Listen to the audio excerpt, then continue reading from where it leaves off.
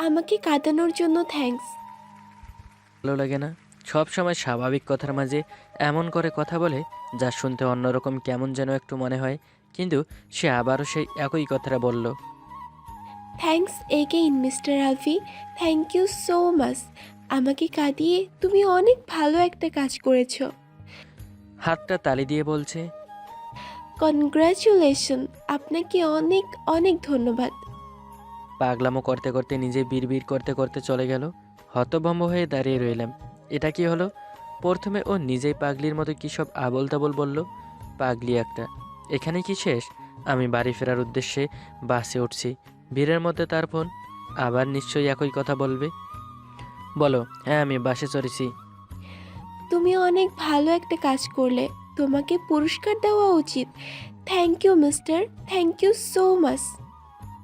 নিজে বিড়বিড় করে ফোনটা কেটে দিল। পাগলি একটা। আজ হুট করে নুসরাত এমন একটা কথা বলে ফেলেছে, যেটা শোনার জন্য আমি প্রথমে প্রস্তুতি ছিলাম না। দ্বিতীয়ত এমনটা শুনবো আমি কখনো ভাবতেও পারিনি। মেয়েটা স্বাভাবিক কথা বলছে, ভালো লাগছিল। হঠাৎ করে বলে ফেললো। কথাগুলো এমন ছিল।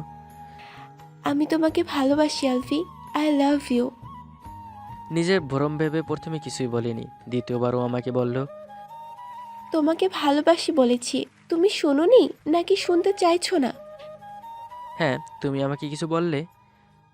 তোমায়ই বলছি। তোমাকে ভালোবাসি বলেছি। শুনতে পাওনি? শুনলাম তো। ফ্রেন্ড তো ফ্রেন্ডকে ভালোবাসি বলেই। আলফি, তুমি আমি শুধু ফ্রেন্ড না, তোমার জন্য আমার মনে একটা সুইস কর্নার রয়েছে। তুমি সেটাও জানো তো? জানি না তো, এখনই জানলাম। আলফি, সরাসরি বললে বলো, নয়তো না বলে দাও। ঘুরিয়ে ফিরিয়ে কিচ্ছু বলবা না। আমি আইসক্রিমটা নিজের মুখে দিয়ে ওর দিকে তাকালাম। হ্যাঁ, সরাসরি বলছি। এসব আমার ভালো লাগে না। মুহূর্তেই নুসরাতের চোখ দুটো ভরে উঠতে লাগলো। এরপরের কিছু তো বলাই হয়েছে। ফোনটা পকেটে ভরে রাখলাম। মানুষের ভিড়ে আর গাড়ির হঠাৎ হঠাৎ ব্রেক কষে ধরায় ঠিকমতো দাঁড়ানো সম্ভব হচ্ছে না। যেই নুসরাত কিনা ফোনের ওপরে ফোন, ফেসবুকে কতটা মেসেজ, সে কিছুদিন ধরে কোনো যোগাযোগই করছে না। নুসরাত মেয়েটা খুবই আবেগী। আমাদের পরিচয়টা ঠিক এমনভাবে হয়েছিল। নুসরাত আমার জাস্ট একটা ফ্রেন্ড, ফেসবুক ফ্রেন্ড। ও প্রায় ফটো কন্টেস্টে নিজের সেলফি আপ করতো। তো একদিন রিকোয়েস্টটা দিয়েই ফেললাম। কিন্তু ফলোয়ার হয়েই ছিলাম। মেসেজ করলে রিপ্লাই দিত না। মেসেঞ্জারে কল করলে বলুক দিত। কিন্তু আমারই এক ফ্রেন্ডের সাথে ওর খুব ভাব ছিল। মানে খুব ভালো ফ্রেন্ডশিপ। আমার ফ্রেন্ড সজীবও নিজে ফটোশ্যুট করে কখনো কখনো। আমি ওকে বলেছিলাম নুসরাতের সাথে ফ্রেন্ডশিপ করিয়ে দেওয়ার জন্য। একটাই উদ্দেশ্য ছিল, ওর সাথে কথা বলবো, ফ্রেন্ডশিপ করব। কারণ ওর অনেক ফলোয়ার। সজীব নিজে ফটোশ্যুট করতো। আর যেহেতু নুসরাতের সাথে ওর ভালো আন্ডারস্ট্যান্ডিং ছিল, তাই মাঝে মাঝে গেলে আমার সাথেও কথা হতো। কারণ সজীব আমার ফ্রেন্ড। তাছাড়া এরপর ফেসবুকে ফ্রেন্ডও হয়েছি। নুসরাতের সেলফিগুলো ভালো লাগতো বলে খুব সুন্দর করে কবিতা লিখতাম, কমেন্টস করতাম। মাঝে মাঝে একটু মেসেজিং হতো, সেলিব্রিটি টাইপ সেজন্য। এর মাঝে সজীব আর তার গার্লফ্রেন্ডের বার্থডেতে একটা পার্টি রাখলো। বন্ধুরা এঙ্গেজমেন্টে লেগে গেলাম। পার্টিতে অনেকেই এলো। নুসরাত যখন এলো, তাকে বসিয়ে বার্থডে পার্টির কাজ করতে লাগলাম। সজীব ব্যস্ত থাকায় নুসরাতের দিকে খেয়াল রাখতে বলে। ঘুরে ফিরে কয়েকবার জানতে চাইলাম কিছু লাগবে কিনা। অর্থাৎ তার প্রয়োজনের দায়িত্বে ছিলাম আমি। এর মাঝে অনেকবার কথা হলো। নুসরাত যখন অন্যদের সাথে কথা বলছিল, তখন আর সামনে যায়নি। বাকিদের কি প্রয়োজন সেদিকে খেয়াল রাখছিলাম। নুসরাত প্রায় কিছু সময় পর এসে বলল। একটা কোল্ড ড্রিঙ্কস স্যার। হাসি মুখে অবশ্যই বলে কোল্ড ড্রিঙ্কস এনে দিয়ে যেতে গেলেই বলল। খুব বিচি তাই না? আমিও কিছু কাজ করতে পারি। খুব ফ্রি মাইন্ডলি কথা বলি সব সময়, তাই বললাম। তোমার সাজ নষ্ট হয়ে যেতে পারে, দেখছো না ঘেমে গেছি। দাঁড়িয়ে কিছু সময় গল্প করলাম, ইত্যাদি ইত্যাদি। ফেসবুকে চ্যাট বাড়তে লাগলো। ভালো ফ্রেন্ডশিপ হয়ে গেল। এমনকি মাঝে মাঝে দেখা করাটা। আমি কখনো নিজের লিমিটের সীমা ক্রস করতে চাই না। তাই ফ্রেন্ডশিপে যতটুকু প্রয়োজন ঠিক ততটুকুই। একসাথে আড্ডা দিয়েছি, টাইম পাস করেছি, কিন্তু নিজের লিমিটের মধ্যে। কিন্তু নুসরাত আমার সাথে কথা বলা বন্ধ করে দেওয়ার পর মনে হতে লাগলো একবার খবর নেই। পরক্ষণে ভাবলাম, না থাক, আগুনে ফু দেওয়ার কী দরকার। নুসরাত খুব সুন্দর একটা মেয়ে, কিন্তু আমি কখনো নিজের লিমিট কোর্স করতে চাই না। তাই ফ্রেন্ডশিপে যতটুকু প্রয়োজন ঠিক ততটুকুই। কিন্তু সেদিনও যা বলল, তা নিয়ে কখনো ভাবতে পারিনি। ভাবতেও পারিনি এমনটা বলবে। আজ কিছুদিন ধরে তার সাথে যোগাযোগ নেই। নতুন সেলফিও দেখি না, ফেসবুকেও তেমন একটা আসে না। ভাবলাম সে ব্যস্ত। সজীব জানালো নুসরাত নাকি একটা ট্রিট দিতে চায়। কারণটা বলল না, শুধু বলল যেতেই হবে, নুসরাত বলেছে। ফোনটা রাখার পর ভাবলাম আমাকে তো বলে নেই, কেন যাব? কিন্তু ঠিকই গেলাম।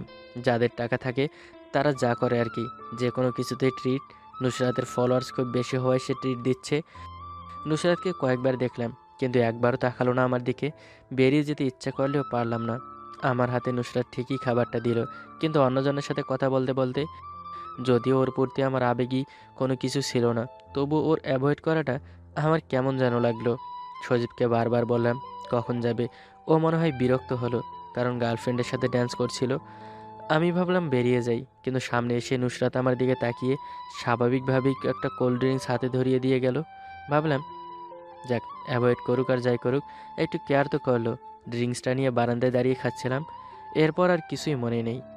চোখের ওপর জলের ঝাপটা পড়তেই ধীরে ধীরে চোখ মেলে তাকিয়ে কিছুক্ষণ ঝাপসা মনে হবার পর মনে হলো আমি বিছানায় শুয়ে আছি।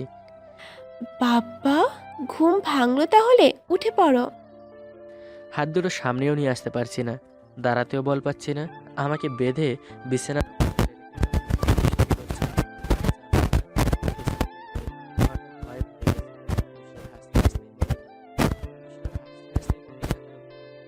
উঠে পড়ো। তুমি না ছেলে মানুষ, ঘুম থেকে জেগে ঠিকমতো দাঁড়াতেও পারছো না।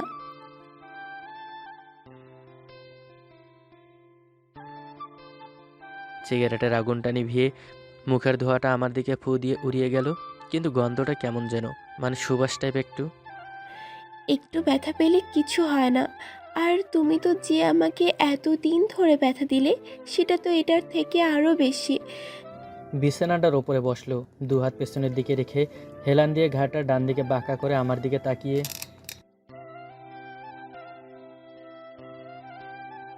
যেদিন ও আমার সাথে সব সম্পর্ক শেষ করে দিয়েছিল, আমি সারা রাত ঘুমোতে পারিনি।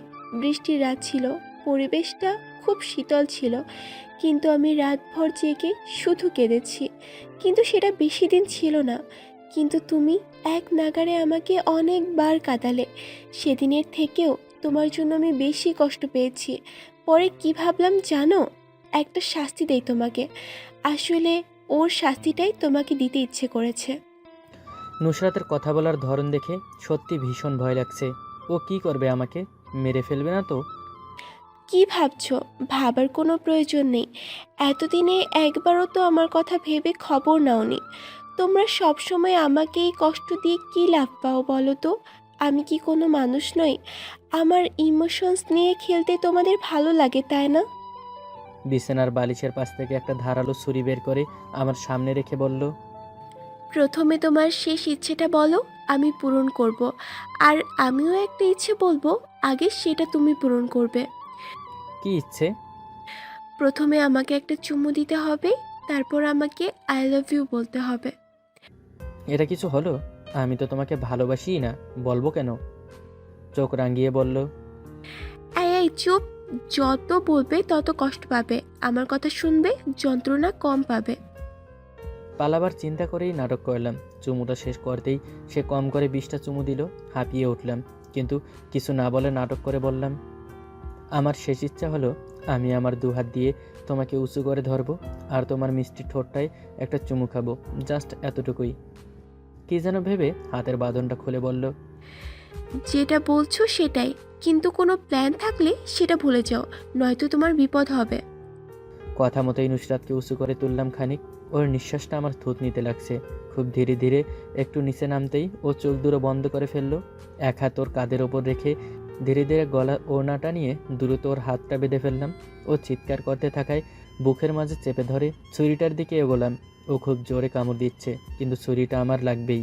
এক হাত দিয়ে ওকে বুকে চেপে রেখে অন্য হাতে ছুরিটা নিয়ে ওর দিকে গলার থেকে সামান্য দূরত্বে ছুরিটার ধারালো দিকটা রেখে বললাম, চিৎকার করলে আমি তোমাকে মেরে ফেলবো, প্রমিস। ও পাগলি সেটা জানতাম, তবে এতটা সেটা জানতাম না। ছুরিটার দিকে এগিয়ে দিতে চাইছে নিজেকে। আমি ভয় পাই না আলভি, তুমি আমাকে কষ্ট দিয়েছো। Call me, please call me. ওকে বিছানার ওপরে ফেলে রেখে নিজের পায়ের বাঁধনটা খুলে ছুরিটা নিজের কাছে রেখেই ওর হাতের বাঁধনটা খুলে বললাম, তোমাকে চাইলে বেঁধেই ফেলে রেখে যেতাম, কিন্তু তোমাকে কষ্ট দিতে চাই না। একটা ভালো বন্ধু মনে করি তোমাকে। চলে যাচ্ছ যাও, ছুরিটা রেখে যাও। কেন, কি করবে? ওটা রেখে যাও অলভি, ওটা আমার। ছুরিটা বিছানার ওপর রেখে তাকিয়ে রইলাম ওর দিকে। ওভাবে তাকাচ্ছ কেন? তুমি চলে যাবে, যাও। আমাকে আমার মতো থাকতে দাও। আমার জীবনটা এরকমই, প্লিজ চলে যাও। নুসরাতের জন্য মনের মাঝে একটু একটু কেমন যেন অনুভব হতে লাগলো। আশ্চর্য রকমের মায়ের টান, যেটার জন্যই ওকে ছেড়ে যেতে ইচ্ছা করছে না। বিছানাটার উপরে ধপাস করে শুয়ে পড়লাম। মোটেও ভয় করছে না এখন। ও বিছানার উপরে বসে নিচের দিকে তাকিয়ে কাঁদছে। উঠে পাশে বসে কপালের চুলগুলো সরিয়ে সত্যি সত্যি কপালে একটা চুমু এঁকে দিলাম। আরও জোরে জোরে কাঁদতে লাগলো।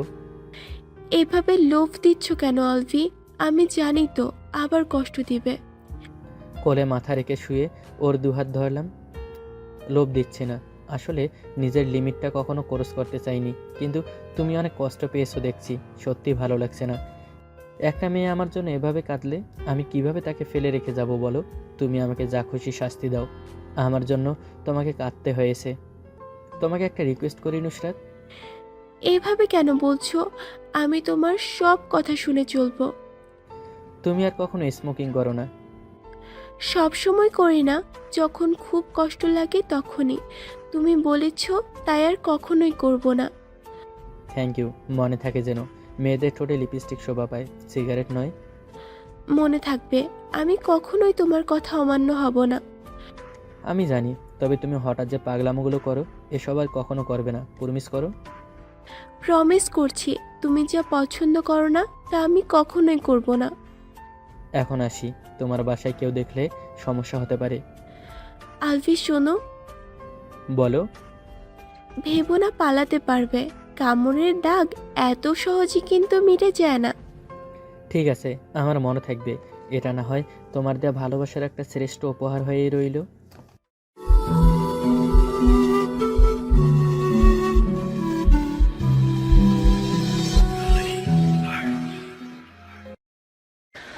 মুখ থেকে লেপটা সরাতেই দেখি তাম্মি চা হাতে দাঁড়িয়ে আছে।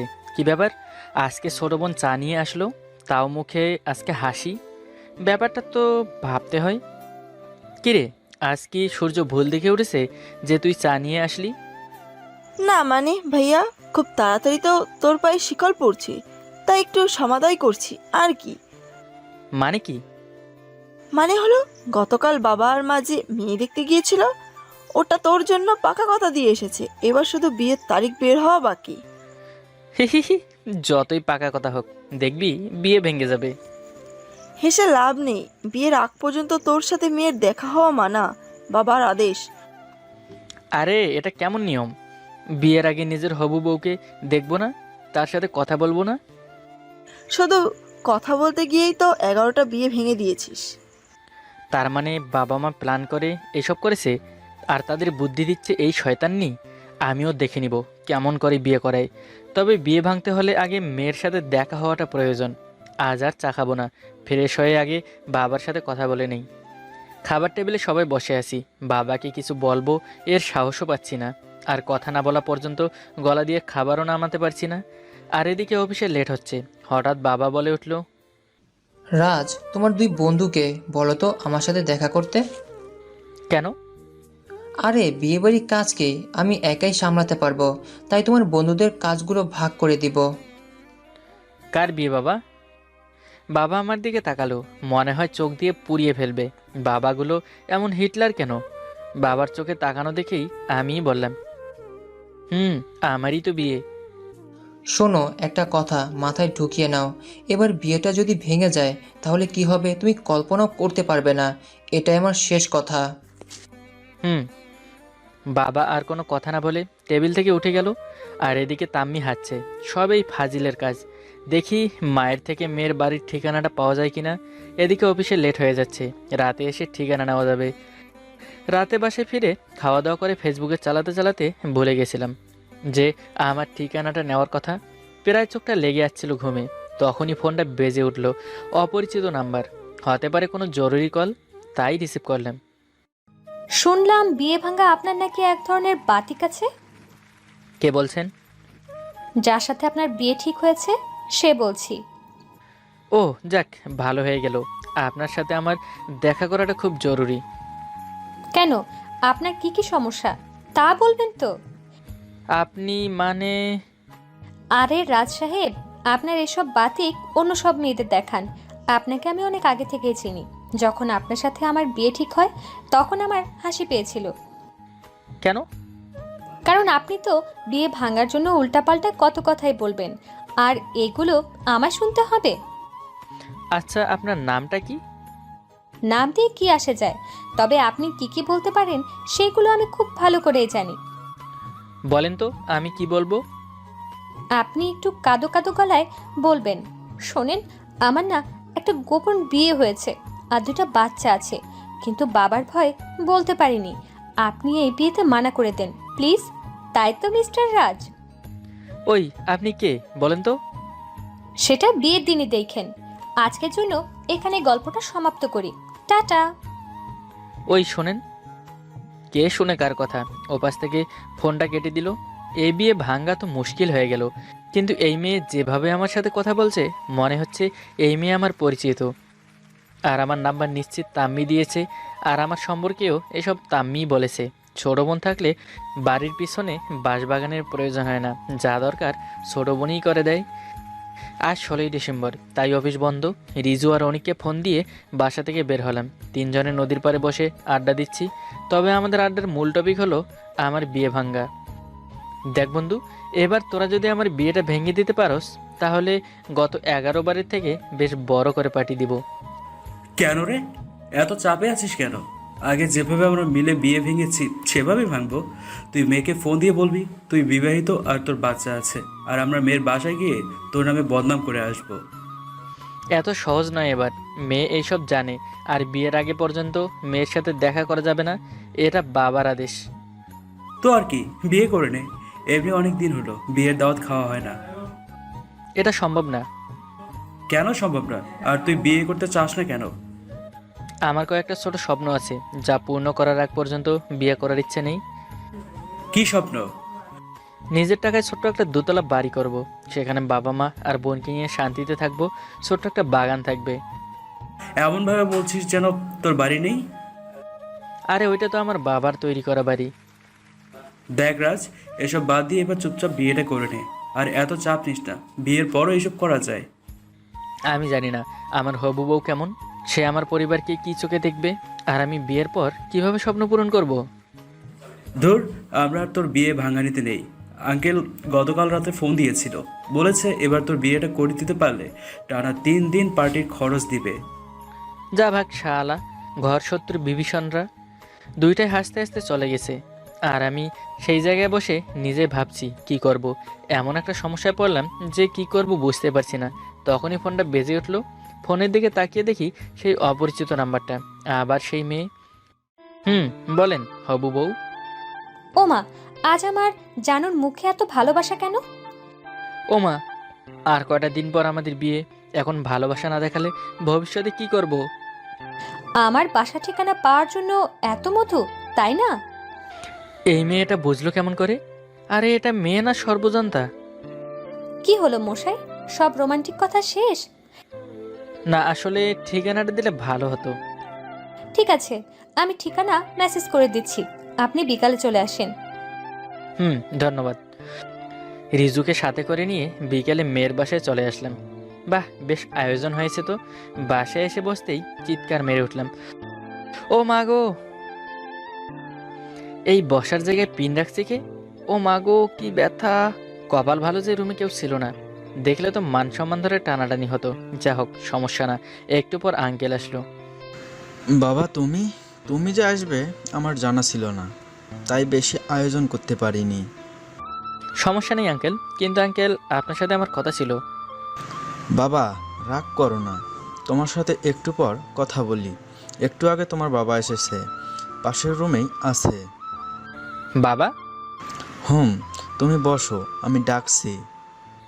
আমি রিজুর দিকে তাকিয়ে আছি, আর রিজু হেসেই চলেছে। হায় রে কপাল, এবার মনে হয় আমার কোরবানি হয়ে যাবে। একটু পর আমার বাবা রুমে আসলো, আর বাবাকে দেখে আমার হয়েই গিয়েছে। তখন আঙ্কেল আমায় বলল, না বাবা, এবার কি বলবে বলো। তোমার বাবা আর আমি দুজনেই এখানে আছি। না আঙ্কেল, এমনি। বাবা, তুমি চাইলে আমার মেয়ে তনুর সাথে দেখা করতে পারো। হুম। একটা পিচ্চি মেয়ে এসে আমাকে একটা রুমে নিয়ে আসলো, তারপর মেয়েটা চলে গেল। রুমে কেউ নেই নাকি? আমি ভালো করে রুমটা দেখতে লাগলাম। ভালোই গোছানো রুম, তবে টেবিলের বইগুলো এলোমেলো, কারণ টেবিলের বইগুলো ঠিক নেই। মনে হয় মেয়েটার বই পড়ার খুব শখ। সব বইয়ের মাঝে একটা বই আমার নজর কাড়লো, নবনী। আমিও এরকম একটা বই একজনকে দিয়েছিলাম। পেছন থেকে একটা মেয়ে বলল। পিছনে ফিরতেই আমি থমকে গেলাম। এই তো সেই তনু, যারে একটিবার দেখার জন্য প্রতিটা গোধূলির রং গায়ে মেখে ব্রিজে দাঁড়িয়ে অপেক্ষা করতাম। এটা সেই তনু, যার জন্য বৃষ্টিতে চুপি চুপি ওর কলেজের সামনে গিয়ে দাঁড়াতাম। আজ এত বছর পর আবার মুখোমুখি, তাও তার সাথে আমার বিয়ের কথা। এটা কি ভাগ্য নাকি স্বপ্ন? কি হলো, চুপ করে আছেন কেন? তনু, তুমি কি স্বপ্ন? চিনতে পারছেন তাহলে? চিনতে পারছি বলেই তো তনু শব্দের সাথে তুমি উচ্চারণ করেছি, নয়তো আপনি করেই বলতাম। বলেন তাহলে, আপনার কি কি সমস্যা? কেন বিয়ে করতে চান না? তনু, একটা গোধূলি তোমার পাশে থাকার অধিকার চাই। বাবা মশাই, আসলেন বিয়ে ভাঙতে আর এখন কি সব বলছো? জানি না, তবে এটা বলতে চাই, তোমাকে আর হারাতে পারবো না। তবে আমি বিয়ে করতে পারবো না। কেন? এমন ভীতু ছেলেকে তো আর বিয়ে করা যায় না, যে বিয়ে করতে ভয় পায়। দেখো, আগে যদি বিয়ে না ভাঙতাম, এখন তো তোমায় পেতাম না। যদি আগের 11টা মেয়ের মাঝে আমি একজন হতাম। যা হওয়ার তা তো হয়ে গেছে, আর কিছু বলো না প্লিজ। সরি, আমি এক্ষুনি গিয়ে বলবো তুমি আমায় রিজেক্ট করেছো। ওই না। আর কোনো কথা না বলে তনু রুম থেকে বেরিয়ে গেল, আর সবার সাথে কথা বলল। আমি আর কারোর সাথে কথা না বলে চুপচাপ রুম থেকে বেরিয়ে আসলাম। যা ভেবেছিলাম তাই হলো। বাবা বাসায় এসে যা না তাই বলে আমায় কথা শুনিয়েছে, কিন্তু আমি কিভাবে বোঝাবো এই তনুর জন্য এখনও অপেক্ষা করছি। তনুর বাসা চিনতাম না বলেই বিয়ের কথা বাসায় বলতে পারিনি, কিন্তু এখন কেন পেয়েও হারাচ্ছি। সকালে অনেকদিন পর সাইকেল চালাতে বের হলাম, তবে সাইকেলটা ছোট এক ভাইয়ের। আজকে ইচ্ছা হচ্ছে আর একটা বার তনুর পথে দাঁড়াবো। হয়তো ওর কাছে আমি কিছু না, তবে আমি তো আর ভুলতে পারবো না। তনুর বাসা থেকে একটু সামনে একটা চায়ের টঙের বাইরে দাঁড়িয়ে চা খাচ্ছি। কিছুক্ষণ পর মহারানী বাসা থেকে বের হয়েছে, মনে হচ্ছে কোথাও যাবে। আমাকে দেখেও না দেখার মতো পাশ কাটিয়ে চলে গেল। আমি চায়ের টাকা দিয়ে সাইকেল নিয়ে তনুর পিছু নিলাম। তনু একটা রিক্সা নিয়ে যেতে লাগলো, আর আমি ওর পাশে। ও মাঝে মাঝে আমায় দেখছে, তবে এত রাগের কি হলো বুঝলাম না। রিক্সাটা পাবলিক লাইব্রেরিতে এসে থামলো। ও রিক্সাটার ভাড়াটা দিয়ে আমার দিকে তাকালো। এভাবে পিছু নেওয়ার মানেটা কি? কোথায় পিছু নিলাম? আমি তো তোমার পাশ দিয়েই যাচ্ছি। দেখো, রাগাবে না একদম। ও, সত্যি তুমি রেগে গেছো? এতই রেগেছো যে আপনি থেকে সোজা তুমিতে চলে এসেছো? যা ইচ্ছে হয়েছে ডেকেছি, তাতে তোমার কি? ও, আমাকে ডাকবে আর আমি কিছু বলতে পারবো না? ভালো হচ্ছে না কিন্তু। বিয়েটা তো করলে না, অন্তত বিয়ের দাওয়াতটা তো নাও। মানে? এতদিন যে তোমার কথা ভেবে বিয়ে করিনি, কিন্তু এখন যেহেতু তুমি বিয়ে করবে না, তাহলে আমাকে তো বিয়ে করতেই হবে। তাই গতকাল একটা মেয়ে দেখে আসলাম, আর সামনেই বিয়ে, এটা জানাতেই আসলাম। সত্য বলছেন? অন্যদিকে মুখ করে গলাটা ভেঙে ভেঙে আসছে। ও তেরি, বিয়ের কথা শুনে তুমি থেকে আপনিতে চলে গেলে? জানি না। আচ্ছা, তাহলে আমি আসি, তোমার বাসায় বিয়ের কাজ চলে যাবে। আমি আর কথা না বাড়িয়ে চলে আসছিলাম, তখন পিছন থেকে আবার ডাকলো। রাজ, বলো। সত্যি আপনি বিয়েটা করবেন? একটু কষ্ট হবে না? কি করব? তুমি তো আর বিয়ে করবে না। এখন যদি রাজি হই? তাহলে তো অন্যদিকে তাকিয়ে কথা না বলে একটু আমার হাতটা ধরে হাঁটা যায় না? মানে?